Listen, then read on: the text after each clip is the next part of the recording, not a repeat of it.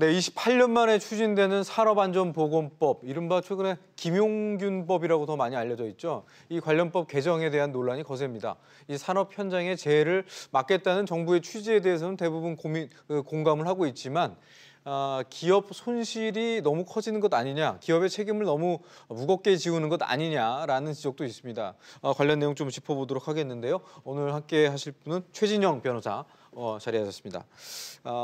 오늘 오전에 이제 소위가 열렸고 결국 합의를 못 받고 지금 이제 오후에 이제 아직도 진행 중이라고 이제 얘기를 듣고 왔는데요. 일단 정부의 개정안 내용이 좀 바뀔 수도 있습니다. 눈에 띄는 내용이 있다면 어떤 건지 좀 짚어주시죠. 그렇습니다. 말씀하신 것처럼 28년 만에 산업안전보건법 전면 개정안이 지금 국회에서 아주 심도 깊게 그리고 굉장히 빠른 속도로 논의가 되고 있는데요. 8가지 핵심 쟁점이 있는데 그중에 가장 핵심되는 것이 말씀하신 것처럼 이 원청 사업주의 책임을 강화한다. 네. 그리고 또 이 유해 위험 물질과 관련된 위험의 외지화를 원천적으로 봉쇄한다. 더불어서 중도의 재해가 발생했을 경우에는 고용노동부 장관이 그 사업장에 대해서 사업 중지 명령을 내릴 수 있다. 이런 부분이 지금 가장 핵심적인 내용인데요. 지금 언론 보도를 봤을 때에 네. 오늘 오후 한 3시 반 현재 한 8가지 중에 한 6가지 쟁점에 대해서는 어느 정도 여야 간에 합의가 됐고 네. 최종적으로 지금 도급인의 책임 범위 네. 그리고 또 이 이중 이 양벌 규정 그러니까 기업 대표뿐만 아니고 네. 기업인도 그 회사 자체도 처벌을 하는데 그 처벌 수위가 어느 정도로 할 것이냐라는 정도에 대해서만 아직 쟁점이 남아 있을 뿐 네. 여야 간에 어쨌든 간에 이번 기회에 이 전면적인 개정하는 것에 대해서는 거의 어떻게 보면은 한 90% 이상 지금 합의에 다다른 그런 상황인 것 같습니다. 네, 이 최근에 이 산업법 개정과 관련해서는 앞서 저희가 짚어봤던 이 최저임금과 관련해서 이 재계의 반발이 굉장히 거센 건데 결국 재계에서는 너무 가혹한 처벌 규정이 될 거다라고 이제 반발을 하고 있잖아요. 지금 가장 눈에 띄는 게 이제 만약에 이 법을 어기면 10년 이하의 징역을 줄 수 있는 부분, 이런 부분이 대표적으로 좀 언급되고 있는데 이게 또 해외에 비해서는 너무 기준보다 너무 높은 수준의 처벌이다라는 얘기거든요. 이 부분에 대한 재계의 주장은 좀 어떻게 보시나요?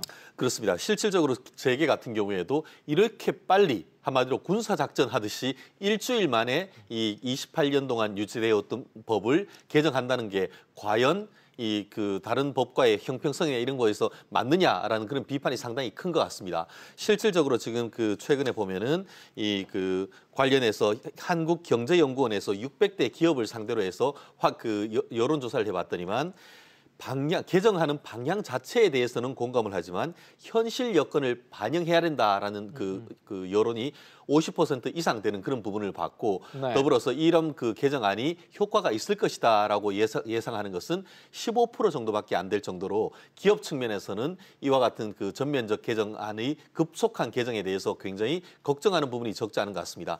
지금 앵커께서 지적하시는 것처럼 도급인 원수급자가 제대로 하지 못해서 사망 사고가 났을 때에 네. 처벌 수위를 10년 이상의 징역을 한 것에 대해서는 이른바 과잉 금지 원칙에 어긋난다라는 그런 부분에 대한 반발이 굉장히 큰 것 같습니다.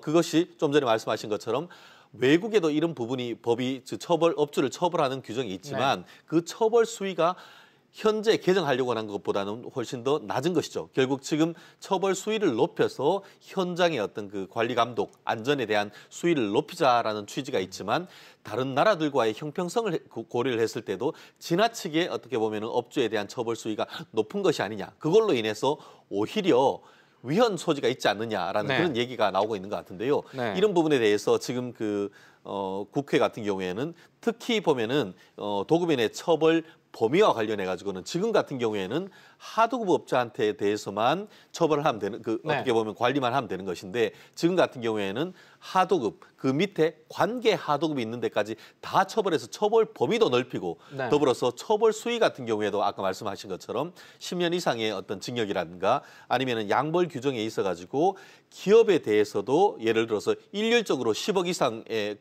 벌금에 처한다든가 이런 부분에 대해서는 특히 지금 경제적인 사정이 안 좋은 그런 상황 속에서 기업인이 느끼는 어떤 반감이라든가 부담은 굉장히 심하다라는 것이 어떤 중론인 것 같습니다.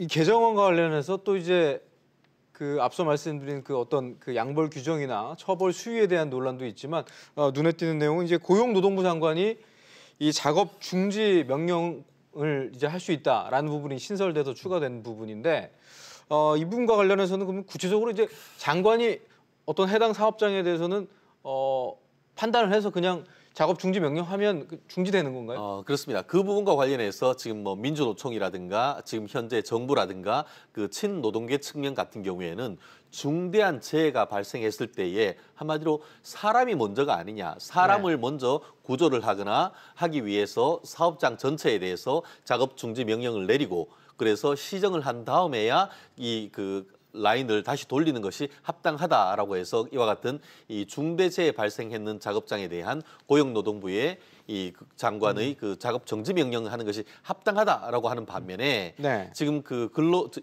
업계 같은 경우에는 이것을 했을 경우에는 그 정지를 하는 기준 자체가 불명확하다.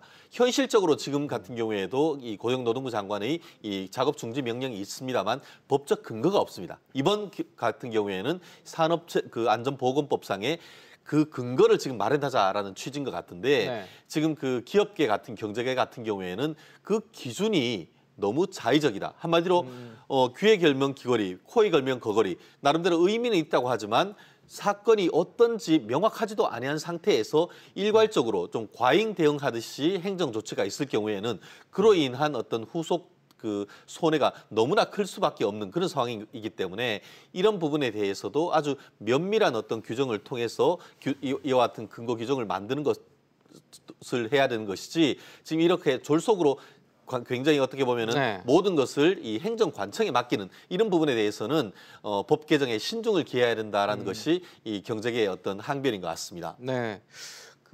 이 논의가 이제 본격적으로 시작된 게 이제 김용균 씨 사망 사고 이후니까 지난 19일부터 그러니까 지금 뭐 일각에서는 이런 상황을 두고 너무 졸속으로 지적하신 것처럼 진행되는 것이 아니냐라는 지적도 있지만 근본적으로는 이제 근본적인 문제가 있다는 부분에는 대부분 여야가 다 공감을 하고 있는데 아까 앞서 말씀드린 것처럼 그 쟁점에 대해서 합의를 보지 못하고 있는 부분 가장 근본적인 이유는 뭐라고 보시나요? 기본적으로 큰 틀에서 봤을 때에 그 말씀하신 것처럼 이 기업 측면에서도 어쨌든 보면 위험의 외주화나 이런 것을 해서 사람의 생명을 보완하려고 하는 것은 누구나 마찬가지지 않겠습니까? 그런데 그럼에도 불구하고 이것을 이제 지난 그 12월 11일 날 사건이 발생하고 그로부터 이제 굉장히 이 부분에 대해서 그 법 개정에 대한 급물살이 탔는데 물론 이 개정안이 예전부터 있어왔던 것은 사실입니다만 공청회라든가 아니면은 그 관련되는 여러 업계로부터의 어떤 듣는 그런 절차, 입법을 하기 위해서 발의하고 그것을 공청회를 거치고 하는 그런 절차가 필요한데 그런 절차가 다 그냥 거의 생략되듯이 하면서 지나치게 빠른 속도로 이 부분에 대한 이해관계인의 의견이 개진되지 아니한 상태에서 하는 것에 대해서는 특히 경제계에 대해서는 상당히 우려하는 목소리가 있는데요.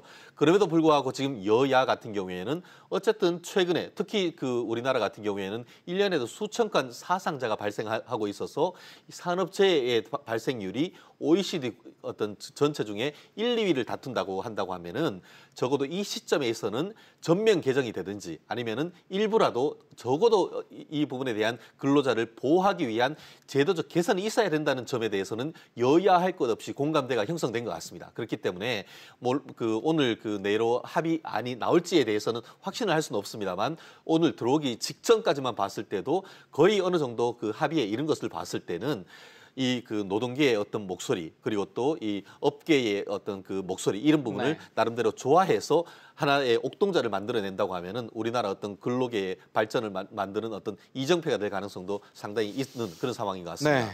여야간 이 부분에 대한 합의 내용은 잠시 후에 뉴스에서 관련 내용이 확인되는 대로 좀 전해드리기로 하고요. 오늘 최진영 변호사와의 말씀은 여기까지 나누도록 하겠습니다. 감사합니다.